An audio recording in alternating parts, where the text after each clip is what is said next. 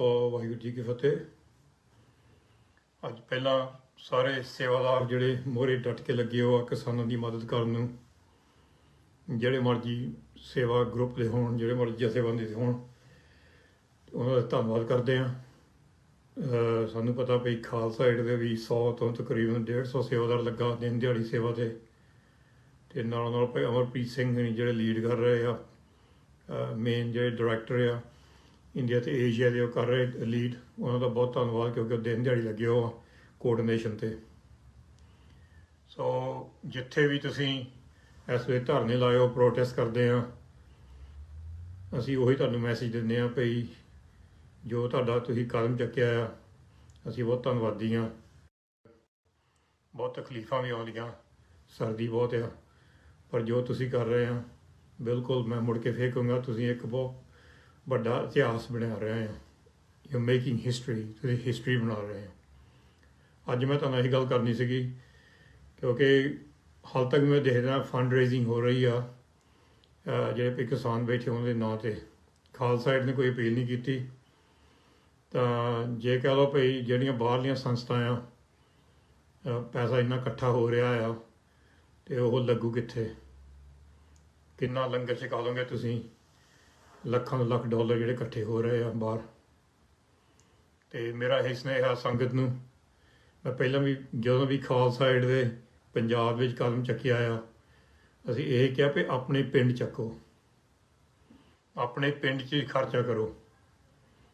ਜੋ ਤੁਸੀਂ ਜਿਹੜੀਆਂ ਪੰਜਾਬ ਸੰਸਥਾ ਆ ਜਾਂ ਬਾਹਰ ਬੈਠੀਆਂ, ਸਪੈਸ਼ਲੀ ਜਿਹੜੀਆਂ ਬਾਹਰ ਬੈਠੀਆਂ ਸੰਸਥਾ, ਜਿੱਦਾਂ ਖਾਲਸਾ ਏਡ ਆ, ਹੋਰ ਵੀ ਵੱਡੇ ਵੱਡੇ ਸਿੱਖਾਂ ਦੀਆਂ ਸੰਸਥਾ ਜਿਹੜੀਆਂ ਪੰਜਾਬ ਕੰਮ ਕਰ ਰਹੀਆਂ, ਸੇਵਾ ਕਰ ਰਹੀਆਂ, ਉਹਨਾਂ ਕੋਲ ਪੈਸੇ ਦੀ ਘਾਟ ਹੈ ਨਹੀਂ। ਬਾਹਰ ਸਾਰਿਆਂ ਕੋਲ ਪੈਸੇ ਹੈਗੇ ਆ, ਲੰਗਰ ਦਿਨ ਦਿਹਾੜੀ ਚਲਾ ਸਕਦੇ ਆ। ਕਿਸਾਨਾਂ ਜਿੱਦਾਂ ਸਾਡੀ ਖਾਲਸਾ ਦੀ ਟੀਮ ਚਲਾ ਰਹੀ ਆ, ਕੋਈ ਅਪੀਲ ਨਹੀਂ ਕੀਤੀ।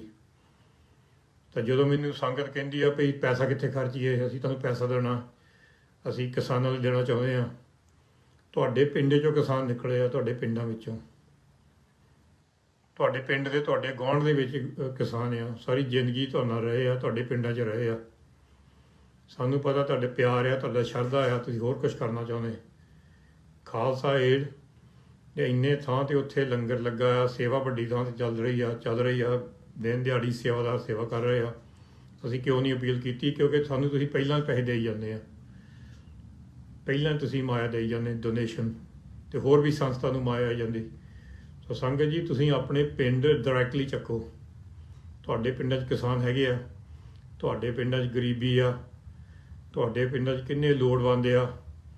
ਜਦੋਂ ਤੁਸੀਂ ਬਾਹਰ ਰਹਿੰਦੇ 4-5 ਪਰਿਵਾਰ ਪਿੰਡਾਂ ਦੇ ਵਿੱਚੋਂ ਇਕੱਠੇ ਹੋ ਕੇ ਕੁਛ ਕਰ ਸਕਦੇ, 1-2 ਪਰਿਵਾਰ ਇਕੱਠੇ ਕੁਛ ਕਰ ਸਕਦੇ ਪਿੰਡਾਂ ਲਈ, ਤੁਹਾਨੂੰ ਬਾਹਰਲਿਆਂ ਦੀ ਲੋੜ ਨਹੀਂ ਗੀ।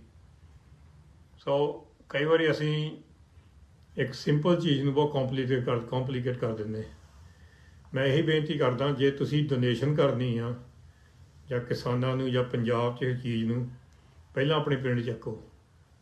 ਜੇ ਤੁਹਾਡੇ ਪਿੰਡ ਦੇ ਵਿੱਚ ਕੋਈ ਵੱਡੇ ਪ੍ਰੋਜੈਕਟ ਦੀ ਲੋੜ ਆ, ਜਿੱਥੇ ਕੋਈ ਕਹਿ ਲਓ ਕੋਈ ਹਾਦਸਾ ਹੋਇਆ ਜਾਂ ਹੜ੍ਹ ਆਏ ਜਾਂ ਕੁਛ ਹੋਰ ਹੋ ਗਿਆ ਅਤੇ ਕਿਸੇ ਨੇ ਮਦਦ ਨਹੀਂ ਕੀਤੀ, ਕੋਈ ਪਹੁੰਚਿਆ ਨਹੀਂ ਗਾ, ਅਤੇ ਸਾਨੂੰ ਤੁਸੀਂ ਮੈਸੇਜ ਕਰ ਸਕਦੇ ਆ ਭਈ ਸਾਡੇ ਪਿੰਡ ਦੇ ਵਿੱਚ ਆਹ ਚੀਜ਼ ਚਾਹੀਦੀ, ਉਹ ਚੀਜ਼ ਚਾਹੀਦੀ। ਕਈ ਚੀਜ਼ਾਂ ਹੈਗੀਆਂ ਜਿਹੜੀਆਂ ਗੌਰਮੈਂਟ ਦਾ ਫਰਜ਼ ਬਣਦਾ, ਪਰ ਉਹ ਕਰਦੇ ਨਹੀਂ ਗੇ, ਕਿਉਂਕਿ ਜਾਂ ਕਰਪਸ਼ਨ ਹੁੰਦੀ ਜਾਂ ਵਿੱਚੋਂ ਪੈਸੇ ਇਹ ਮਿਲਦੇ ਨਹੀਂ ਗੇ।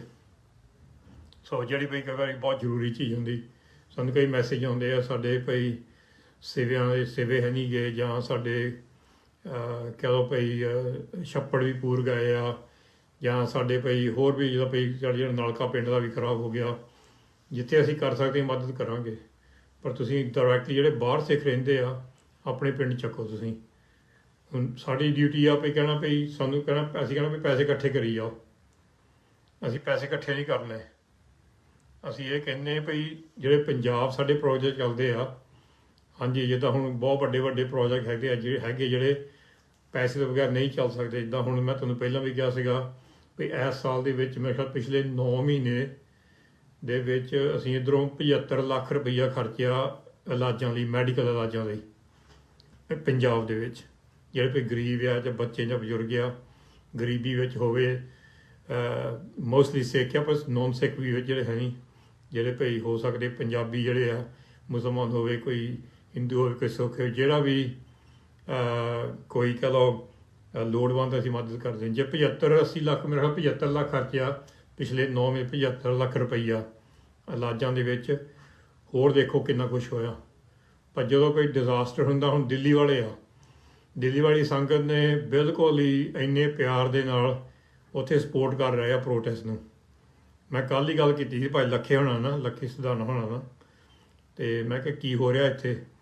ਕਹਿੰਦੇ ਖਾਣਾ ਪੀਣਾ ਬਹੁਤ ਆ ਰਿਹਾ, ਦਿੱਲੀ ਵਾਲੇ ਨੇ ਵੀ ਬਹੁਤ ਹੀ ਚੜ੍ਹਦੀ ਕਲਾ ਸੇਵਾ ਕਰ ਰਹੇ ਆ। ਅਤੇ ਜਿਹੜੀ ਮਾਇਆ ਬਾਹਰ ਆ ਜਾਂਦੀ ਕਲੈਕਸ਼ਨ, ਪਤਾ ਨਹੀਂ ਇੱਥੇ ਕਿੱਥੇ ਲੱਗੂਗੀ, ਮੈਨੂੰ ਤਾਂ ਪਤਾ, ਮੈਨੂੰ ਵੀ ਨਹੀਂ ਸਮਝ ਆਉਂਦੀ ਕਿੱਥੇ ਲੱਗੂਗੀ। ਇੰਨਾ ਪੈਸਾ ਇੰਨਾ ਇਕੱਠਾ ਹੋ ਰਿਹਾ ਆ।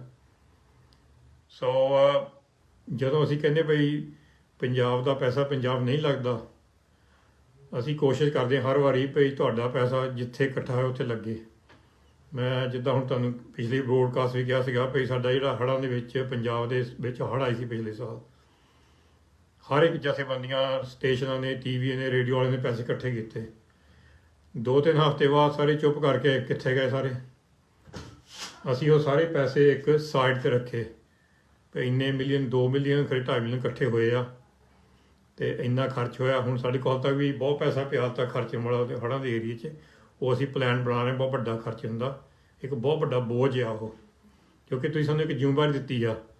ਉਹ ਪੈਸਾ ਇਕੱਠਾ ਕਰਨਾ ਬਹੁਤ ਸੌਖਾ, ਚੰਗੀ ਤਰ੍ਹਾਂ ਖਰਚਣਾ ਔਖਾ। ਅਸੀਂ ਵੀ ਕਹਿ ਸਕਦੇ ਸੀਗੇ 2-3 ਹਫ਼ਤੇ ਬਾਅਦ ਜਦੋਂ ਹੜ੍ਹ ਆਏ ਸੀਗੇ, ਚਲੋ ਜੀ ਕੰਮ ਹੋ ਗਿਆ, ਹੁਣ ਦੂਜੇ ਪਾਸੇ ਲਾਈਏ, ਦੂਜੇ ਪਾਸੇ ਜਾ ਕੇ ਹੁਣ ਹੋਰ ਪੈਸੇ ਮੰਗਦੇ ਆ।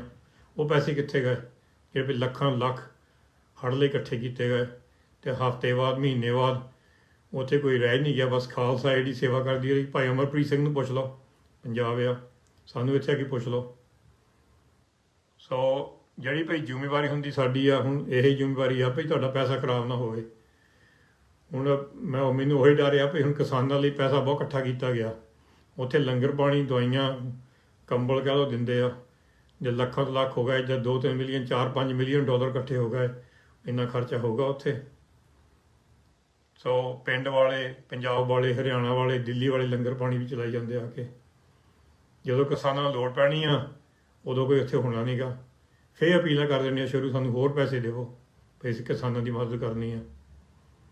ਸੋ ਅਸੀਂ ਕੰਨ ਫੜ ਲਏ ਆਪਣੇ, ਜਦੋਂ ਭਈ ਸਾਨੂੰ ਕੋਈ ਕਹਿੰਦਾ ਵੀ ਲਓ ਜੀ ਆਹ ਇੰਨੇ $1000 ਆ ਲੰਗਰ ਲਈ, ਪ੍ਰੋਟੈਸਟ ਲਈ।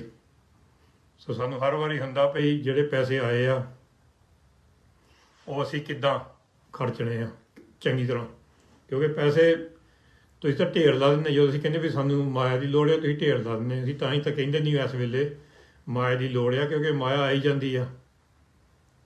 ਮਾਇਆ ਤਾਂ ਬਿਲਕੁਲ ਆਈ ਜਾਂਦੀ ਹੈ, ਪਹਿਲਾਂ ਵੀ ਆਈ ਜਾਂਦੀ ਆ, ਪਹਿਲਾਂ ਵੀ ਬੈਂਕ 'ਚ ਹੈਗੀ ਆ, ਝੂਠ ਕਾਹਦੇ ਬੋਲਣਾ ਦੇ ਵਿੱਚ।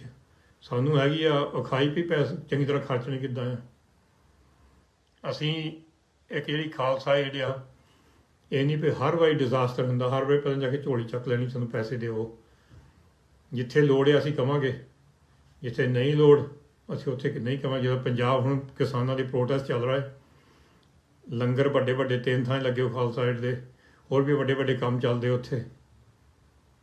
ਅਸੀਂ ਨਹੀਂ ਦਿਨ ਦਿਹਾੜੀ ਕਿਹਾ ਸਾਨੂੰ ਪੈਸੇ ਦਿਓ। ਸੋ ਆਪਣੇ ਪਿੰਡ 'ਚ ਲਾਓ ਪੈਸੇ, ਆਪਣੀ ਜ਼ਿੰਮੇਵਾਰੀ ਨਿਭਾਓ। ਜੇ ਤੁਹਾਨੂੰ ਐਡਵਾਈਸ ਦੀ ਲੋੜ ਆ, ਅਸੀਂ ਐਡਵਾਈਸ ਦੇਵਾਂਗੇ। ਜੇ ਤੁਹਾਨੂੰ ਕੋਈ ਬੰਦਾ ਕਹਿੰਦਾ ਭਈ ਤੁਸੀਂ ਕੋਈ ਆਪਣੀ ਪਿੰਡ 'ਚ ਵੱਡਾ ਕੰਮ ਕਰਨਾ, ਕਈ ਵਾਰੀ ਔਖਾ ਹੋ ਸਾਡੇ ਲਈ ਵੀ ਪਹੁੰਚਣਾ ਉੱਥੇ, ਪਰ ਕੋਸ਼ਿਸ਼ ਕਰਾਂਗੇ ਤੁਹਾਡੀ ਮਦਦ ਕਰਨ ਦੀ। ਪਰ ਆਈ ਐਮ ਸ਼ੋਰ, ਮੈਂ ਵੀ ਸ਼ੋਰ ਹਾਂ ਵੀ ਤੁਸੀਂ ਕਰ ਸਕਦੇ ਆ। ਗਰੀਬ ਕਲਾ ਕੋਈ ਕਿਸਾਨ ਆ ਗਿਆ, ਤੁਹਾਨੂੰ ਪਤਾ ਵੀ ਫਸਲਾਂ ਕਦੋਂ ਬੀਜਦੇ ਆ, ਉਹ ਜਾ ਕੇ ਬੀਜ ਦੇ ਦਿਓ, ਫਰਟੀਲਾਈਜ਼ਰ ਦੇ ਦਿਓ। ਤਾਂ ਜਦੋਂ ਤੁਹਾਨੂੰ ਪਤਾ ਵੀ ਜਦੋਂ ਭਈ ਫਸਲ ਵੱਢਣੀ ਆ, ਉਹਨਾਂ ਨੂੰ ਤੁਸੀਂ ਮਰਜ਼ੀ ਦੀ ਫਸਲ ਵੱਢਣ ਦੇ ਟੂਲ ਲਿਆ ਦਿਓ, ਟਰੈਕਟਰ ਲਿਆ ਦਿਓ ਕਿਰਾਏ 'ਤੇ, ਜਾਂ ਕੋਈ ਮਦਦ ਕਰ ਦਿਓ। ਆਪਣੇ ਪਿੰਡ ਤੁਸੀਂ ਬਹੁਤ ਕੁਛ ਕਰ ਸਕਦੇ ਆ। ਸੋ ਆਪਣਾ ਜਿਹੜਾ ਤੁਹਾਡਾ ਪੈਸਾ ਤੁਸੀਂ ਦਾਨ ਦੇਣਾ, ਤੁਸੀਂ ਜਿਹੜਾ ਭਈ ਡੋਨੇਟ ਕਰਨਾ, ਸੋਚ ਸਮਝ ਕੇ ਕਰੋ। ਲੁੱਟਮਾਰ ਪੰਥ ਦੇ ਵਿੱਚ ਫੇਰ ਹੋ ਰਹੀ ਘੜੀ ਹਰ ਇੱਕ ਚੀਜ਼ 'ਤੇ। ਕਿੰਨਾ ਚਿਰ ਅਸੀਂ ਇਹ ਸਹਿ ਲਵਾਂਗੇ ਜਦੋਂ ਸਾਨੂੰ ਲੋੜ ਹੁੰਦੀ ਆ। ਹੁਣ ਪੰਜਾਬ, ਤੁਹਾਨੂੰ ਪਤਾ ਵੀ ਪੰਜਾਬ ਦੇ ਵਿੱਚ ਕਿਸਾਨ ਖੁਦਕੁਸ਼ੀਆਂ ਕਰ ਰਹੇ ਆ, ਪਹਿਲਾਂ ਬਹੁਤ ਪਾਸੇ ਇੰਡੀਆ ਦੇ ਵਿੱਚ ਵੀ।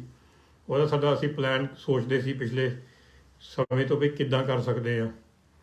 ਉਹ ਵੀ ਹੁਣ ਇੱਕ ਲੈਵਲ ਤੇ ਵੱਡੇ ਲੈਵਲ ਤੇ ਅਸੀਂ ਕਰਾਂਗੇ ਕੰਮ, ਇੱਥੋਂ ਫੰਡ ਕਰਾਂਗੇ UK ਤੋਂ, ਨਾਲ ਹੀ ਉੱਥੇ ਫੰਡ ਕਰੋਗੇ। ਸਾਡੀ ਇੰਡੀਆ ਟੀਮ ਆ, ਉਹਦੇ ਬੰਦੇ ਸਾਡੇ ਨਾਲ ਜੁੜ ਕੇ ਮੋਢਾ ਜੋੜ ਕੇ ਇੱਧਰੋਂ ਤੇ ਉੱਧਰੋਂ ਭਾਈ ਅਮਰਪ੍ਰੀਤ ਸਿੰਘ ਅਸੀਂ ਸੋਚਦੇ ਵੀ ਕਿੱਦਾਂ ਕਰ ਸਕਦੇ ਹਾਂ। ਪਰ ਇਹਦੇ ਵਿੱਚ ਅਸੀਂ ਇਹ ਨਹੀਂ ਕਹਿੰਦੇ ਸਾਨੂੰ ਪੈਸਾ ਦੇਵੋ, ਪੈਸਾ ਤੁਸੀਂ ਪਹਿਲਾਂ ਦਿੱਤਾ। ਜੇ ਸਾਡਾ ਜ਼ਿਆਦਾ ਵੱਡਾ ਪ੍ਰੋਜੈਕਟ ਹੋ ਗਿਆ, ਬਹੁਤ ਖਰਚਾ ਕਰ ਰਹੇ ਹਾਂ, ਫਿਰ ਕਹਿ ਲਵਾਂਗੇ, ਪਰ ਤੁਸੀਂ ਆਪਣੇ ਪਿੰਡ ਚੱਕੋ। ਮੇਰੀ ਇਹ ਬੇਨਤੀ ਆ, ਤੁਸੀਂ ਆਪਣੇ ਪਿੰਡ ਚੱਕੋ। ਪਿੰਡ ਵਿੱਚ ਆ ਕੇ ਤੁਸੀਂ ਜੋ ਕੁਝ ਇਲਾਜ ਕਰਾਉਣਾ ਗਰੀਬਾਂ ਦਾ, ਕਿਸੇ ਦੀ ਫਸਲ ਦੇ ਵੱਢਣ ਦੀ ਮਦਦ ਕਰਨੀ, ਫਸਲ ਬੀਜਣ ਦੀ ਮਦਦ ਕਰਨੀ, ਗਰੀਬ ਕਿਸਾਨ ਦਾ ਬੱਚਾ ਪੜ੍ਹਾ ਦਿੱਤਾ, ਗਰੀਬ ਕਿਸਾਨਾਂ ਦੀ ਕੁੜੀ ਵਿਆਹ ਦਿੱਤੀ। ਸੋ ਇਹ ਬਹੁਤ ਜ਼ਰੂਰੀ ਆ। ਥੈਂਕ ਯੂ ਤੁਹਾਡਾ ਪਿਆਰ ਦਾ, ਸਤਿਕਾਰ ਦਾ। ਜਿੱਥੇ ਵੀ ਖਾਲਸਾ ਦੁਨੀਆ 'ਚ ਹੈਗੀ, ਤੁਸੀਂ ਪਿਆਰ ਦਿਖਾਉਂਦੇ ਆ। 21 ਸਾਲ ਕਾਫੀ ਧੱਕੇ ਖਾਦੇ, ਉਹ ਆਪਣੇ ਲਈ ਨਹੀਂ ਖਾਦੇ ਅਸੀਂ, ਉਹ ਆਪਣੇ ਲਈ ਨਹੀਂ ਖਾਦੇ, ਉਹ ਖਾਦੇ ਭਈ ਇਨਸਾਨੀਅਤ ਲਈ, ਭਈ ਆਪਣੇ ਭਈ ਜਿਹੜੇ ਭਈ ਸੇਵਾ ਦੇ ਕਦਮ ਚੱਕੇ ਮੋਰੇ ਤੁਹਾਡੇ ਜਿਹੜੇ ਸਾਡੇ ਸੇਵਾਦਾਰ ਆ, ਉਹਨੂੰ ਵੀ ਮਾਣ ਹੋਵੇ ਭਈ ਦੁਨੀਆ 'ਚ ਕੋਈ ਹੈਗੀ ਇੱਕ ਤਰ੍ਹਾਂ ਦੀ ਸੰਸਥਾ ਜਿਹੜੀ ਭਈ ਬਿਲਕੁਲ ਲੋਕਾਂ ਦੇ ਨਾਲ ਖੜੀ ਆ, ਇਨਸਾਨੀਅਤ ਨਾਲ ਖੜੀ ਆ। ਹੁਣ ਸਾਨੂੰ ਕੋਈ ਧੱਕੇ ਖਾਣ ਦੀ ਲੋੜ ਨਹੀਂ, ਸਾਡੇ ਕੋਲ ਬਹੁਤ ਵੱਡੇ ਵੱਡੇ ਲੀਡਰਸ਼ਿਪ ਹੈਗੇ ਆ।